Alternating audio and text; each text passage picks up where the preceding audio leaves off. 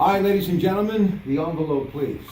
It is, and the winner is, hey, is this not cool or what? I got my own mailbox, Beaver County Times. Love the color scheme, by the way. Anyway, we're in the podcast room, hermetically sealed here in world headquarters of the Beaver Allegheny County Times. Megan Miller and Scott Tatey. It's all about, and the winner is the red carpet, Oscars big night coming up Sunday, and we're going to give you the big six in just a moment. But before we talk about that, one more look at Lincoln Park and the School of Performing Arts and the Gennady Brothers sold out the show and the CD release party. Standing room early, 800 people there. It was a great night. The Brighton Boys opened up. There were some Lincoln Park alumni students playing. So many people came up to me afterwards just talking about what a special night it was for Beaver County. Just some great music you could see right here in Midland. So it was a special night. All the proceeds go back to the school, so congratulations to one and all there. Academy Awards still a big ticket item in your mind? It is to me. Biggest night of entertainment. Yeah, right? it's my favorite night of the year. Me too, Megan. Get some popcorn and hang around the HD TV and kind of place your bets and see if you can come up a winner. All right, let's start off with the best picture. You've got The Big Short, Bridges of Spies, of course, Brooklyn, Mad Max Fury Road, The Martian, The Reverend, Room, and Spotlight. That, of course, the Michael Keaton film that a lot of folks are hoping, because he's a Pittsburgh native, might get some love. So go ahead. I'm thinking it's a two-movie race. I'm thinking it's Spotlight versus The Revenant. This is the year I like to see The Revenant win director and Spotlight win Leonardo Best Picture. DiCaprio, right? Yes. Okay. I'm gonna go with Spotlight. I think that one, of the 8, that was probably the strongest one all the way across. The acting was phenomenal, the story was great, and that one was the best one, I think. By the way, they do a podcast. Tell the folks how they can plug into that. We will have a special edition Oscar podcast Friday morning at timesonline.com/podcasts and also on iTunes, Stitcher Radio, and SoundCloud. All right, Megan, you first here. Best director, Adam McKay, The Big Short, George Miller, Mad Max Fury Road, Alejandro Inarritu, close enough. The Reverend, Lenny Abersom, The Room, and Tom McCartney, Spotlight. What do you like? Revenant for director.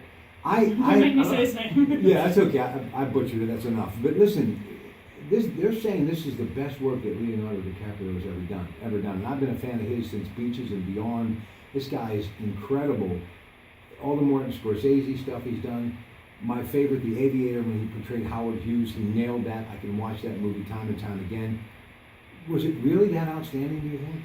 I think so. He has never won. He's been nominated a handful of times now, so I'm thinking this might be his year. I'm hoping it's his year, but...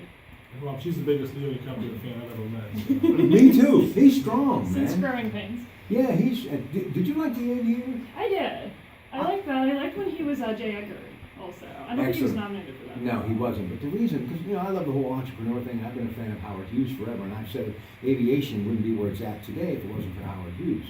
And I was talking on a travel show yesterday about aviation. Check this out, how cool it is. Southwest Airlines, which is now doing nonstop in LA every day in Pittsburgh, they have 46,000 employees throughout this country. They're the world's largest low-cost air carrier. And if it wasn't for Howard Hughes starting Trans World Airlines and everything that he did, none of this would be possible. So, great movie by Leonardo DiCaprio, The Reverend. Now, who do you like in that category? Easy to slam though. He's probably the easiest. If you're gonna only make one bet on Oscar Day, that's the bet to make. He's gonna win. He did so much for the movie, so much suffering. I mean, he was eating raw buffalo liver. He was swimming in sub-zero temperatures. He really worked hard, and he doesn't have a lot of dialogue in it, but facial expressions are saying a lot, and he's going to win. It's guaranteed. All right, Best Actor, Bryan Cranston, Trumbo, Matt Damon, The Martian, Leonardo DiCaprio, The Reverend, Michael Fassbender, Steve Jobs, of course, the great man behind Apple, and Eddie Redmayne, the Danish Girl. I've heard a lot of good things about Eddie Redmayne. Yeah, I really liked him, and if DiCaprio wasn't in this, that's who I would vote for. But I think he should win, but I think he's going to win too. And I think Alicia Vikander, who's his support role in that movie, she's up for Best Supporting Actress. I think she deserves the Oscar. There's some great competition. Rooney Mara, there's a Pittsburgh tie, and Kate Winslet.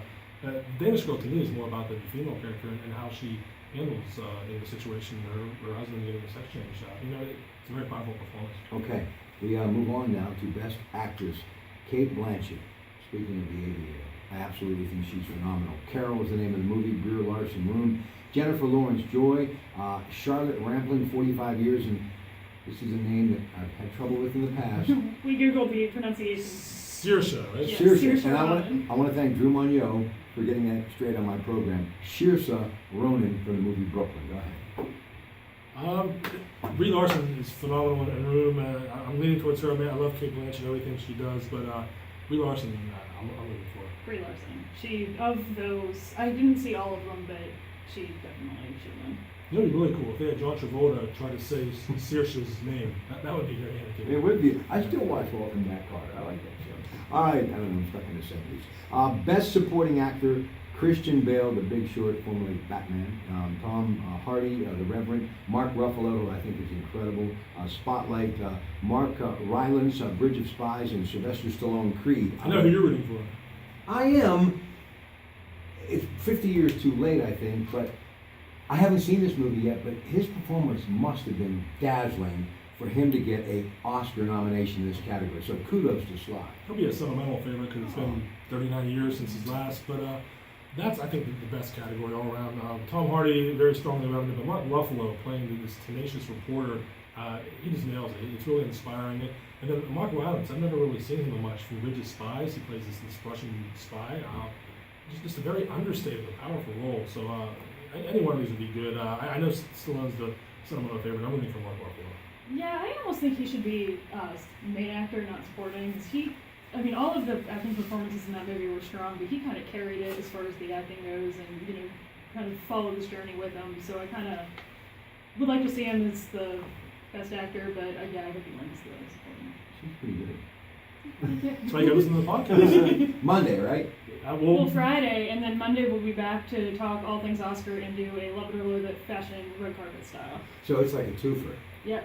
Good. All right. Now, let's go to Best Supporting Actress. Jennifer Jason Leigh, The Hateful Eight.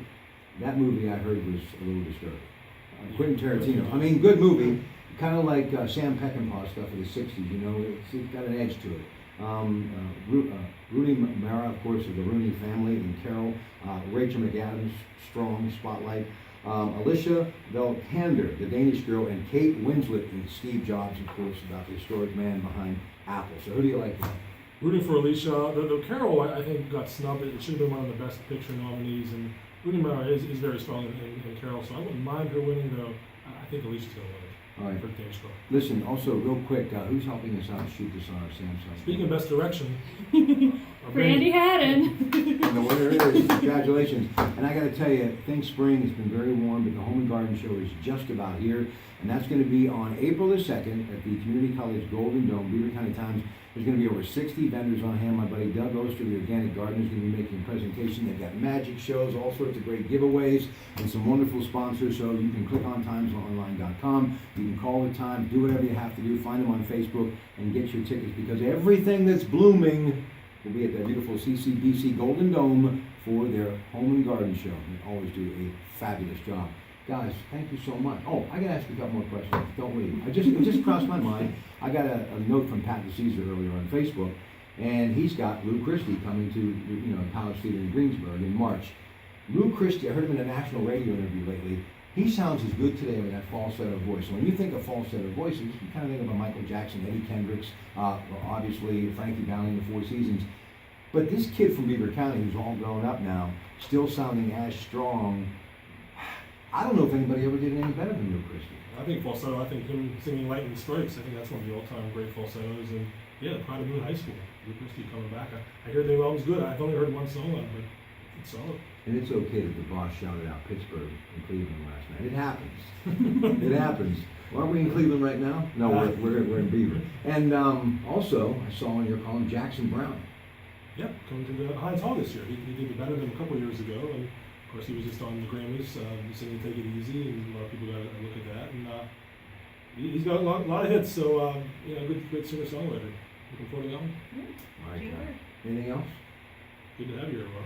It is good to be here. Listen, I'm not going to bother them for a while, but I must tell you, I love this paper, and I hope if you don't get it at home, you should, and more importantly, pick it up wherever you can, because it's truly one of the backbones of America, the journalism industry that is the newspaper business. But we were talking movies tonight, so that's a wrap. Have a great night from the podcast room. They got two, Friday and Monday, looking at this week's Oscars. Don't miss them. Megan Miller, Scott Cady. Have a great night.